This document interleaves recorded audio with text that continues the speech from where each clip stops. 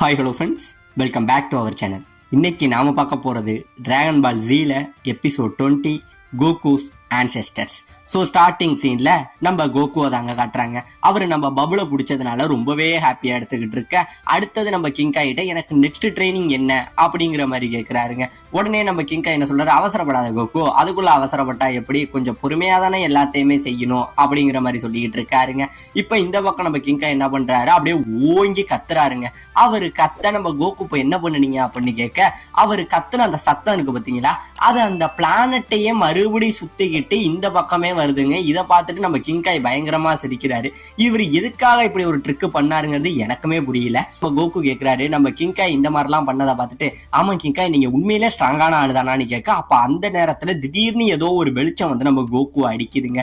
அடிச்சதுக்கு அப்புறம் தான் தெரியுது, யாரை பார்த்து இப்படி சொன்ன, எங்க கிங்காய் எவ்வளவு பெரிய ஆள் தெரியுமாடா, இந்த உலகத்துல உள்ள கடவுள்களிலே ஒரு மிகப்பெரிய கடவுள்ல எங்க கிங்காயும் ஒருத்தவர் அப்படிங்கிற மாதிரி சொல்லுதுங்க. ஆமாங்க, இந்த இடத்துல ஒரு வெட்டுக்கிளி மாதிரி வந்திருக்கு பாத்தீங்களா, இதுதான் அடுத்த போட்டிக்கான அந்த பார்ட்டிசிபென்ட். இதோட பேர் வந்து கிரியோரி அப்படிங்கிற மாதிரி அதுவே இன்ட்ரோடியூஸ் பண்ணிக்குது. அதாவது இதுதான் அவரோட அடுத்த எதிரி போல. இப்ப நம்ம கிங்காய் என்ன சொல்றாரு, அவர் ஒரு மிகப்பெரிய சுத்தியலை நம்ம கோகு கிட்ட கொடுக்குறாருங்க. அந்த சுத்தியலை தூக்கி போட்டோடனே நம்ம கோகுவால பிடிக்க முடியல, அப்படியே கீழே விழுந்துடுறான். அந்த அளவுக்கு கனமா இருக்கு. அந்த சுத்தியலை வச்சு நீ கிரியோரி அடிக்கணும், அதுதான் உனக்கான நெக்ஸ்ட் ட்ரைனிங் அப்படிங்கிற மாதிரி நம்ம கிங்காய் சொல்லிடவும் செய்யறாருங்க. இப்ப நம்ம கோகு என்ன பண்றாரு, அதை அடிக்கிறதுக்காக இங்க இருந்து ட்ரைனிங் எடுக்க பார்க்க, அதுக்குள்ள நம்ம கிரியோரி என்ன பண்ணுது, மறுபடியும் இங்க இருந்து நம்ம கோகு அடிக்குதுங்க. நம்ம கோகு அடிபட்டே விழுந்துகிட்டு இருக்காரு. ஆனா உண்மையிலேயே இந்த குறிகோரி நம்ம கோகுவை அடிக்கலாம் இல்லைங்க, அது இங்க இருந்து பறந்து வந்து நம்ம கோகு கிட்ட வந்து அதோட பவரை ரிலீஸ் பண்ணா அதோட போர்ஸ்ல தாங்க நம்ம கோகு வந்து இந்த இடத்துல அடிபடுற மாதிரி காட்டுறாங்க. இப்படியே நம்ம கோகு அடிக்க முயற்சி பண்ணிட்டு இருக்க, நம்ம கோகுக்கு தான் அடி விழுவுது. ஆனா ஒரு வழியா கோகு எப்படியாச்சும் ஒன்னு அடிச்சே ஆகணும்னு சொல்லி துரத்திக்கிட்டு போறாருங்க. இப்படியே துரத்திக்கிட்டு போனவர் நம்ம கிங்காய் ஆசையா ஒரு கார் வச்சிருப்பாரு பாத்தீங்களா, அந்த காரோட கிளாஸை உடைச்சிடறாரு. இதை நம்ம கிங்காய் பார்த்துட்டு என்னடா கோகு பண்ணி வச்சிருக்கா அப்படிங்கிற மாதிரி சொல்ல அந்த காரையே மொத்தமா அடிச்சு நொறுக்கிறாருங்க. நம்ம கிங்காய் ஒரு பக்கம் அழுதுகிட்டும் இருக்காரு. இப்ப இந்த பக்கம் நம்ம கோஹானு அப்புறம் பிக்கலோ இவங்க ரெண்டு பேரும் ட்ரைனிங் எடுத்துக்கிட்டு இருக்க. இவங்க ட்ரைனிங் இன்னுமே கொடூரமா போயிட்டு இருக்கு. இப்படியே பயங்கரமா ட்ரைனிங் எடுத்துக்கிட்டு இருக்க நம்ம பிக்கலோ வந்து அவனோட கையில ஒரு மிகப்பெரிய லேசரை எடுத்துக்கிட்டு வந்து நம்ம கோஹான ஒரு அடி அடிக்க, நம்ம கோஹானு இங்கே இருந்து அடிச்சு அந்த பள்ளம் இருக்குங்க, அந்த பள்ளத்தோட எஜ்ஜில போய் தொங்கிக்கிட்டு இருக்கான். சரி நம்ம பிக்கலோ காப்பாத்துவான் அப்படின்னு பாத்தீங்கன்னா, அவன் காலை வச்சே அவன் கையை நச்சுக்கி அந்த மலையில இருந்து கீழேயும் தள்ளி விட்டுறாங்க. தள்ளி விட்டுட்டு இந்த பக்கம் பிக்கலோ உட்காந்து இந்த பையன் வர வர ட்ரைனிங்கே ஒழுங்கா எடுக்க மாட்டாங்கிற மாதிரி புலம்பிக்கிட்டு இருக்க, கீழே விழுந்த நம்ம கோஹானு எப்படியாச்சும் மேலே ஏறணுமேனு முயற்சியை கைவிடாம மேலே ஏறுறாங்க. ஆனா அவனால முடியல, கீழேயே வலிக்கிட்டு விழுகிறான். உடனே அவன் கீழே இருந்து கத்துறாங்க, ஏ பிக்கலோ எனக்கு ஹெல்ப் பண்ணு, நான் மறுபடியும் அடுத்த வாட்டி கரெக்டா ட்ரைனிங் எடுக்கிறேன், எனக்கு ஹெல்ப் பண்ணுன்னு கெஞ்சிரான். ஆனா நம்ம பிக்கலோ எதுவுமே பண்ணாம அப்படியே உட்காந்துருக்காங்க. இப்ப இந்த பக்கம் நம்ம காமிகிட்ட ட்ரைனிங் எடுத்தாங்க பாத்தீங்களா நம்ம பசங்க, இவங்க சரமாரியா சண்டை போட்டுக்கிட்டு இருக்கானுங்க. முன்னைக்கு இவனுங்களோட வேகமும் அதிகமாயிட்டு இருக்கு, பயங்கரமா ட்ரைனிங் எடுத்துக்கிட்டு இருக்கானுங்க. இப்படியே எடுத்துக்கிட்டு இருக்க இந்த பக்கம் நம்ம யாம்சா டியான் இவங்க ரெண்டு பேரும் லேசர்னால பயங்கரமா அடிச்சுக்கிறானுங்க. அந்த அளவுக்கு ட்ரைனிங் எடுத்துக்கிட்டு இருக்க. இந்த பக்கம் நம்ம கிர்லின் யாஜிரோபி இவங்க வந்து பயங்கரமா சண்டை போட்டுக்கிட்டு இருக்க. நம்ம யாஜிரோபி சண்டையே போடாம சாப்பிட்டுக்கிட்டு இருக்காங்க. ஆனா இருந்தாலும் நம்ம கிர்லின் அடிக்க போக அவன் ஒரு டாக்டிக்ஸ் யூஸ் பண்ணி ஒரு ஃபன்தனமான சண்டையை நம்ம யாஜிரோபி போட்டுக்கிட்டு தாங்க இருக்கான். இப்ப இந்த பக்கம் நம்ம கோகு என்ன பண்றான், அதை எப்படியாச்சும் துரத்தணும்னு சொல்லி பயங்கரமா துரத்திக்கிட்டு இருக்க. ஒரு டைமுக்கு மேல நம்ம காய் என்ன சொல்றாரு, சரிப்பா நீங்க துரத்துனது ட்ரைனிங் எடுத்ததெல்லாம் போதும், உங்களுக்கு கொஞ்சம் பிரேக் டைம் விட்டுறேன் அப்படிங்கிற மாதிரி சொல்லிடுறாருங்க. இப்ப இந்த பக்கம் நம்ம கோகு சாப்பிட்டுக்கிட்டு இருக்காரு. இவரு சாப்பிட்றத பார்த்துட்டு நம்ம பபுள்ஸ் கிரிகுரி இதுங்கெல்லாம் பயங்கரமா ஆச்சரியப்பட்டுக்கிட்டு இருக்கு. இப்பதாங்க நம்ம கிங்காய் இருக்காரு பாத்தீங்களா, அவரு கோகு கிட்ட சொல்றாரு, பரவாயில்ல கோகு, முன்னைக்கு நீ கொஞ்சம் ட்ரைனிங்ல தேடி இருக்க, ஆனா இது எதுவுமே பத்தாது, ஏன்னா நீ எதிர்க்கிற சயானு உன்னை விட பயங்கரமான ஸ்ட்ராங்கு அப்படின்னு சொல்ல, எனக்கு சயான்ஸை பத்தி எதுவுமே தெரியாது கிங்காய், ஏன்னா நான் சின்ன பிள்ளையா இருக்கும் போதே என்னை வந்து பூமிக்கு அனுப்பிட்டாங்க, அதனால இந்த சயான்ஸ்னா யாருங்கிறத பத்தி எனக்கு எதுவுமே அந்த அளவுக்கு தெரியாதுங்கிற மாதிரி நம்ம கோகு சொல்றாங்க. இப்பதாங்க நம்ம கிங்காய் வந்து சயான்ஸை பத்தின கதையை சொல்றாரு. அதாவது உண்மையிலே சயான்ஸ்னா யாருங்கிற அதோட ஆரிஜின் எல்லாமே இந்த இடத்துல நம்ம கிங்காய் சொல்றாருங்க. அதாவது வெஜிடா கிரகத்துல வந்து இங்க ஒரு 2 டைப்ஸ் ஆஃப் மக்கள் வந்து வாழ்ந்துகிட்டு இருந்திருக்காங்க. ஒரு இனம் வந்து சயான்ஸ் இனம், இன்னொரு இனம் வந்து தப்ஸ்ன்னு சொல்லப்படக்கூடிய ஒரு இனம். இந்த சயான்ஸ் இனம் இருக்காங்க பாத்தீங்களா, இவங்க எல்லாருமே வந்து பாத்தீங்கன்னா ஒரு உடல் அளவுல ரொம்பவே பலசாலியா ஒரு நார்மல் ஹியூமனோட கம்பேர் பண்ணும்போது, இப்ப நார்மல் ஹியூமன் ஒரு 6 அடி இருந்தாங்க அப்படின்னா இவங்க வந்து ஒரு 10 அடி இருக்கிற மாதிரி ஒரு எக்ஸ்ட்ரா ஹியூமன் லெவல்ல இருப்பாங்க. இருப்பாங்களாங்க. அந்த அளவுல உள்ளவங்க இந்த சயான்ஸ். இந்த தஃப்ஸ்ன்னு சொல்லக்கூடிய இனங்கள் வந்து சாதாரண மக்களான ஒருவங்க.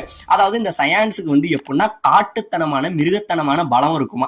ஆனா இந்த தஃப்ஸ்ன்னு சொல்லப்படக்கூடிய நம்மள மாதிரி மனிதர்கள் இனம் வந்து அதிகமான அறிவுபூர்வமானவங்களாங்க. சோ இந்த ரெண்டு கூட்டத்துக்கும் எப்பயுமே ஆகாதான். இவங்க ரெண்டு பேருமே அடிக்கடி சண்டை போட்டுக்கிட்டு தான் இருப்பாங்களாம். இப்படி போயிட்டு இருக்க ஒரு நாள் என்ன ஆயிடுது, ரெண்டு கூட்டத்துக்கும் பயங்கரமான சண்டை ஆயிடுதுங்க. ஆனா என்னதான் நம்ம சயான்ஸ் பலசாலிகளா இருந்தாலுமே கூட நம்ம தஃப்ஸ் கிட்ட வந்து அதிகமான இந்த மூல பவர் இருக்கு, அதாவது அதிகமான அறிவு இருக்கிறதுனால அவங்கள்ட்ட டெக்னாலஜி சார்ந்த ஆயுதங்கள் வந்து ரொம்பவே அதிகமா இருந்திருக்கும். இந்த ஆயுதங்களை வச்சு நாங்களும் வந்து சாதாரண ஆளு கிடையாதுன்னு சொல்லி நம்ம சயான்ஸை வந்து பயங்கரமா எதிர்த்து சண்டை போட்டுக்கிட்டு இருந்திருப்பாங்க.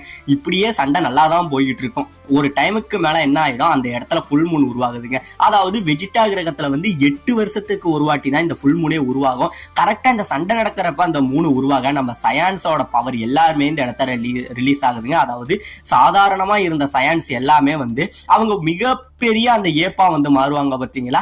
அந்த ஏப்பு உருவத்துக்கு மாற இவங்களால ஒண்ணுமே பண்ண முடியலங்க. அந்த தஃப்ஸ்ன்னு சொல்லப்படக்கூடிய எல்லா இனங்களையுமே அழிச்சு மொத்த வெஜிடா கிரகத்துல உள்ள அந்த இனத்தையுமே இந்த இடத்துல இவங்க அழிச்சிடுறாங்க. ஃபுல்லா அழிச்சதுக்கு அப்புறம் என்ன பண்ணிடுறாங்க, இப்போ இவங்கள்ட்ட போதுமான டெக்னாலஜி இல்லை. அதாவது இந்த இனம் அழிஞ்சதுனால டெக்னாலஜி எப்படி வளர்க்கறதுங்கிறது இவங்களுக்கு தெரியாததுனால என்ன பண்றாங்க, இவங்களோட டெக்னாலஜில இன்னும் டெவலப் ஆன ஒரு சில பிளானட்லாம் இருக்கும் பாத்தீங்களா, அது கூட சேர்ந்து ஒரு பார்ட்னர்ஷிப்பை போட்டுறாங்க. அப்படி பார்ட்னர்ஷிப்பை போட்டுட்டு அவங்கள்ட்ட வந்து இவங்க தேவையான ஆயுதத்தை வாங்கிக்கிட்டு அவங்க சொல்ற கிரகத்தை அழிச்சு இவங்களுக்கு கொடுக்குற மாதிரி இவங்களுக்குள்ள ஒரு பார்ட்னர்ஷிப்ல போயிட்டு இருந்திருக்குங்க.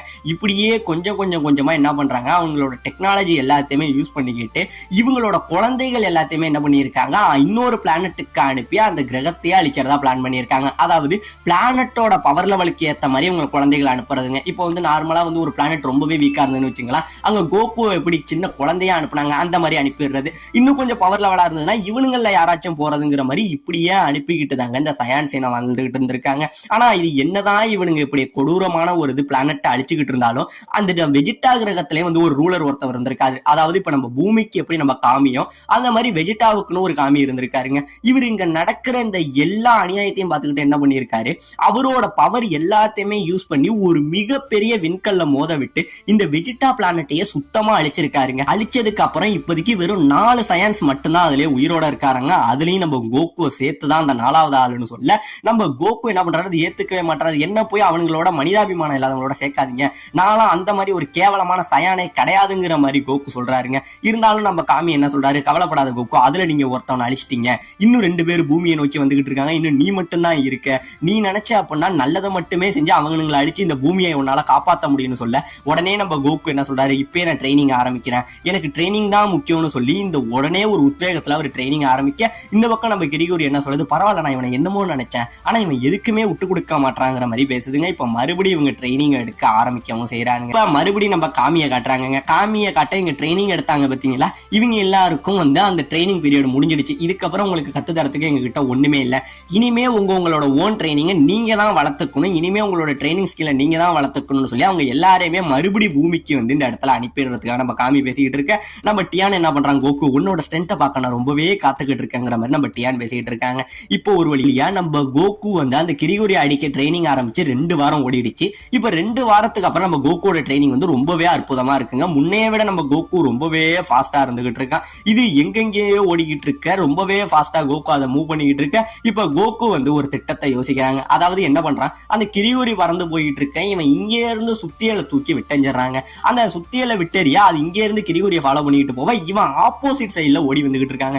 இப்படியே ஆப்போசிட் சைட்ல ஓடி வந்து அந்த சுத்தியலை அப்படியே கையால பிடிச்சி நம்ம கிரிகோரியை ஓங்கி அடிப்பான்னு பாத்தீங்கன்னா லைட்டா மண்டையில தட்டிடுறான். ஆமாங்க, 2வது டாஸ்க்ல இந்த இடத்துல கோகு வந்து ஜெயிச்சிடவும் செய்யறான். உடனே அந்த கிரிகோரி என்ன சொல்லுது, என்னப்பா இப்பெல்லாம் ஸ்லோவா அடிச்சுனா நீ எல்லாம் இப்படி சயான்ஸை ஜெயிக்க முடியும், என் உடம்பெல்லாம் பாறை மாதிரி அவ்வளவு ஸ்ட்ராங், என்ன வேகமாவே நீ அடிச்சிருக்கலாமே அப்படின்னு சொல்ல, நல்லா பாரு உன் தலை வீங்கி இருக்கு பாரு இந்த அடிக்கன்னு சொல்லும் போது ஓ அப்படியான்னு சொல்லி இவங்க சிரிச்சுக்கிட்டும் கிடக்காங்க. இப்ப இது எல்லாத்தையும் பார்த்துட்டு நம்ம கிங்கா இருக்காரு பாருங்க, அவருக்கு பயங்கரமான சந்தோஷம். பரவாயில்ல, இன்னும் கோகு ட்ரைனிங் எடுக்க 70 நாள் பாக்கி இருக்கு, அதுக்குள்ள என்னோட அந்த பெஸ்ட் அட்டாக் வந்து நான் கோகுக்கு சொல்லி தர முடியும், என்னோட கில்லர் அட்டாக் அப்படின்னு சொல்லி கியோகன் டெக்னிக்னு அப்படின்னு ஒரு டெக்னிக் இருக்காங்க. அதாவது இது இவரால் தனியா இத்தனை நாள் வந்து யாருக்குமே சொல்லி தர முடியல, இவருக்குள்ளேயே இருந்திருக்கு. இப்ப கோகு வந்து இந்த இதுலயே பாஸ் ஆனோடனே எப்படியும் கோகுக்கு இதை சொல்லி கொடுத்தா அவன் இது மூலமா கத்துக்கிட்டு இதை மாஸ்டர் பண்ண முடியும். கோகுக்கு இது ஒரு மிகப்பெரிய உதவியா இருக்கும். எப்படியாச்சும் நம்ம கோகுக்கு இதை சொல்லி கொடுத்தா அந்த சயான்ஸையே அழிச்சிடலாம்னு சொல்லி நம்ம கிங்காய் வந்து ரொம்பவே சந்தோஷமா இருந்துகிட்டு இருக்காருங்க.